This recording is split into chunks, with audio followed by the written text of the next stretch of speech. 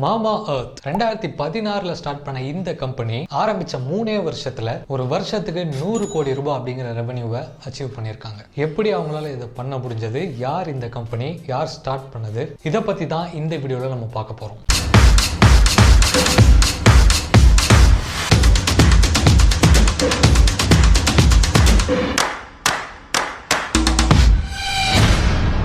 மாமா எர்த் கம்பெனியை ஸ்டார்ட் பண்ணது வருண் அலக் அண்ட் கசல் அலக் அப்படிங்கிற ஒரு ஹஸ்பண்ட் அண்ட் ஒய்ஃப் கப்பல். அவங்க எதுக்காக மாமா எர்த் கம்பெனியை ஸ்டார்ட் பண்ணாங்க அப்படின்னா, அவங்க 2 பேருமே கல்யாணம் ஆகி ஒரு குழந்தை ஒன்று பிறக்குது. அந்த குழந்தையோடைய பேரு அகஸ்தியா. குழந்தைங்களுக்கு பொதுவாகவே பார்த்தீங்கன்னா பேபி கேர் ப்ராடக்ட்ஸ்லாம் தேவைப்படும். ஸோ அந்த மாதிரி இந்தியாவில் விற்கிற ஒரு சில பேபி கேர் ப்ராடக்ட்ஸை வாங்கி அந்த குழந்தைக்கு யூஸ் பண்ணுறாங்க. பட் அகஸ்தியாவுக்கு அந்த மாதிரி ப்ராடக்ட்ஸால அலர்ஜி ஏற்படுது. ஸோ அதனால இந்த கப்பல் இந்தியன் ப்ராடக்ட்ஸை யூஸ் பண்ணுறதை ஸ்டாப் பண்ணிட்டு ஃபாரின்லேருந்து நிறைய ப்ராடக்ட்ஸை இம்போர்ட் பண்ணி அவங்க குழந்தைக்கு யூஸ் பண்றாங்க. இந்த ப்ராடக்ட்ஸை யூஸ் பண்ணும்போது அந்த குழந்தைக்கு எந்த பிரச்சனையுமே வரல. குழந்தையுடைய ஸ்கின்னை பாதிக்கிற மாதிரியான எந்த விதமான கெமிக்கல்ஸும் அந்த ப்ராடக்ட்ஸ்ல இல்லை. அமெரிக்காவில் நியர்லி கிட்டத்தட்ட 1500 கெமிக்கல்ஸை லிஸ்ட் பண்ணி இந்த கெமிக்கல்ஸ்க்கு எதையுமே குழந்தைங்க யூஸ் பண்ற ப்ராடக்ட்ஸ்ல யூஸ் பண்ணக்கூடாது அப்படின்னு ஒரு ரூல் இருக்கு. ஆனா இந்தியாவில் அந்த மாதிரி எந்த விதமான ரூலும் இல்லை. ஸோ இந்தியாவில் பேபி கேர் ப்ராடக்ட்ஸ் விற்கிற கம்பெனிஸ் அதை எதையுமே பெருசாக எடுத்துக்கிறதே இல்லை. பட் இதால பாதிக்கப்படுறது இந்தியாவில் பிறக்கிற குழந்தைங்க. கசல் அலக் அண்ட் வருண் அலக்கு இந்த விஷயங்கள்லாம் தெரிய வரும்போது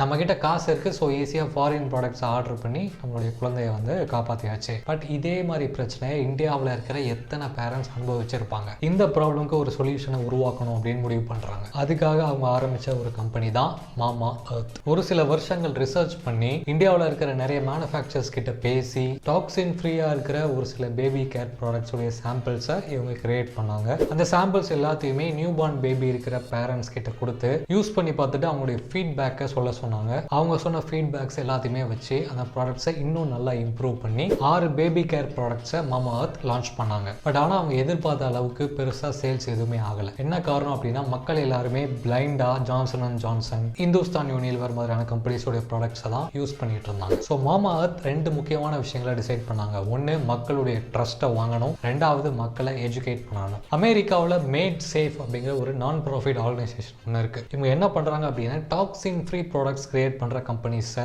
இன்ஸ்பெக்ட் பண்ணி அவங்க ப்ராடக்ட்ஸ் எல்லாத்தையுமே யூஸ் பண்ணி அந்த ப்ராடக்ட்ஸ் எதுலையுமே டாக்ஸிக் கெமிக்கல்ஸ் எதுவுமே இல்லை அப்படிங்கிற ஒரு சர்டிஃபிகேட்டை கொடுக்குறாங்க. ஏஷியாவிலேயே ஃபர்ஸ்ட் டைம் இந்த சர்டிஃபிகேட்டை வாங்கின ஃபர்ஸ்ட் பிராண்ட் மாமா எர்த் தான். இது கூடவே அவங்க இன்னொரு முக்கியமான விஷயத்தையும் பண்ணாங்க. நியூ பார்ன் பேரண்ட்ஸ் இருக்கிற கம்யூனிட்டிஸை அப்ரோச் பண்ணி மற்ற பேபி கேர் ப்ராடக்ட்ஸுக்கும் மாமா எர்த் பேபி கேர் ப்ராடக்ட்ஸுக்கும் என்ன டிஃபரன்ஸ், எதுக்காக அவங்க மாமா எர்த் ப்ராடக்ட்ஸை யூஸ் பண்ணணும், அதால அவங்க குழந்தைங்களுக்கு என்ன நல்லது நடக்கும், இந்த விஷயங்கள் எல்லாத்தையுமே அவங்க எஜுகேட் பண்ணாங்க. இதெல்லாம் பண்ண ஆரம்பிச்சதும் அவங்களுடைய சேல்ஸ் கொஞ்சம் கொஞ்சமா இன்க்ரீஸ் பண்ண ஆரம்பிச்சது. கம்பெனி ஸ்டார்ட் பண்ண 6 மாசத்துக்குள்ளேயே 30 லட்சம் ரூபாய் ரெவென்யூவை ஜெனரேட் பண்ணிட்டாங்க. இதுக்கப்புறம் நிறைய இன்வெஸ்டர்ஸ் இவங்களுடைய கம்பெனியில இன்வெஸ்ட் பண்ணாங்க. அந்த இன்வெஸ்ட்மெண்ட் ஃபண்டை வச்சு இவங்க கம்பெனியை இன்னும் பயங்கரமா ஸ்கேல் பண்ண ஸ்டார்ட் பண்ணாங்க. இவங்க கம்பெனியுடைய ஒன் ஆஃப் த இன்வெஸ்டரா ஷில்பா ஷெட்டியும் இருந்தாங்க. அவங்களுக்கு அப்பதான் குழந்தையும் பிறந்திருந்தது. ஸோ அவங்களே மாமா எர்த்துடைய பிராண்ட் அம்பாசிடராகவும் இருந்தாங்க. அவங்கள வச்சு டெலிவிஷன் கமர்ஷியல்ஸ்லாம் இவங்க ஷூட் பண்ணாங்க. இது கூடவே பயங்கர அக்ரெசிவா இன்ஃப்ளூயன்சர் மார்க்கெட்டிங்கும் மாமா எர்த் பண்ணாங்க. நிறைய இன்ஃப்ளூயன்சர்ஸ் கூட கொலாபரேட் பண்ணி